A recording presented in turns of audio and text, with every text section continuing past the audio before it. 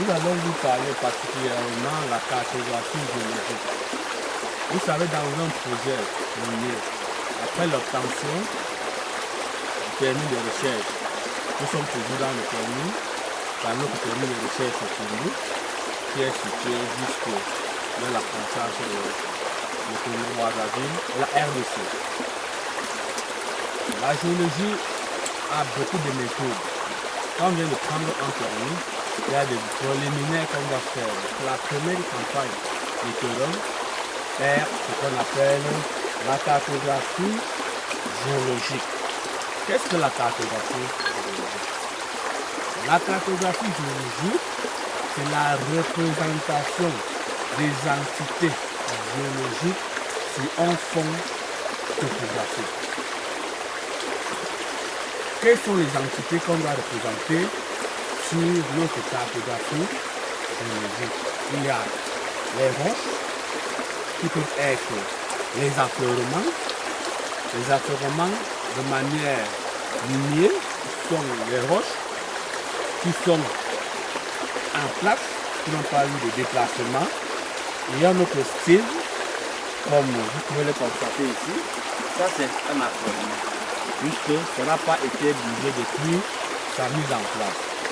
Et là-dedans, on a aussi ce qu'on appelle les flottes. Les flottes sont les roches qui forment des boules. Des boules qui ont été déplacées par soit l'érosion, soit par la gravité, pour circuler et se trouver où ça se trouve actuellement.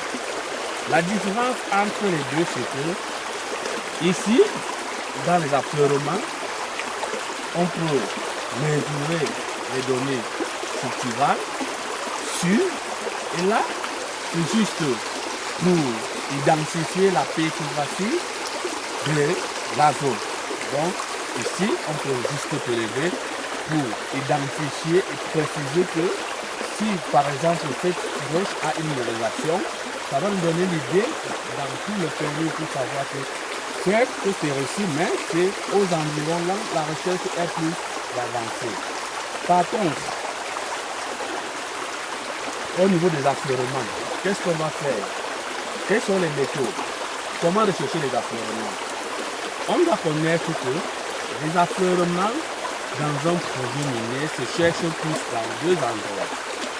Au niveau des vallées et au niveau des sommets. Pourquoi au niveau des vallées? Avec l'érosion qui transporte des matériaux, ça enlève, ça décape les sédiments et puis à la fin, ça parvient à faire ressortir les roches qui sont mises en place en profondeur. Par contre, au niveau des sommets, il y a érosion. Et puis il y a déplacement des matériaux, ce qui fait en fait que au niveau des sommets, avec cette érosion-là, on peut se retrouver des affleurements. Par contre, aussi dans d'autres terrains, il y a certains flancs abrupts qu'on parvient aussi à observer les affleurements. Voilà donc les deux méthodes, les deux endroits qu'on utilise pour la recherche, pour la cartographie, la recherche des affleurements qui sont tellement capitaux pour la recherche minière. Sans affleurement, nous serons obligés de faire des petits forages pour voir la roche qui est en place. Dès donc que nous arrivons sur notre affleurement, on doit premièrement prendre les coordonnées. Donc, je vais prendre les coordonnées avec l'aide du GPS.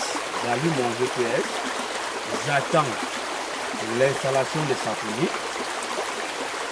Dès que les satellites sont en place, j'attends la réduction de l'erreur. Quand l'erreur est à 2, ça dépend de la qualité du GPS. Là, je peux déjà prendre pour localiser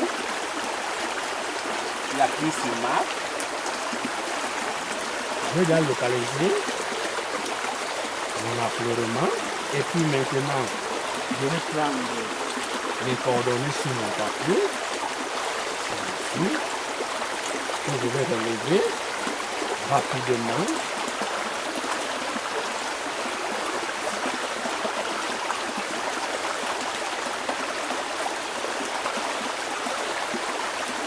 Je vais relever rapidement.